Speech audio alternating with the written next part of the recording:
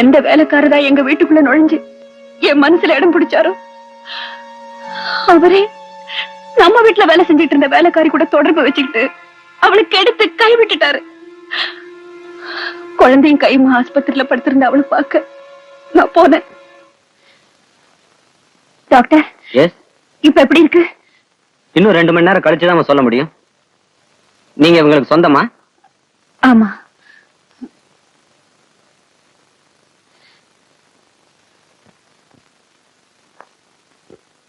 Doctor, நிஜமானி அம்மா, doctor கூப்பிடுறதுனால எந்த பிரயோஜனமும் இல்லை.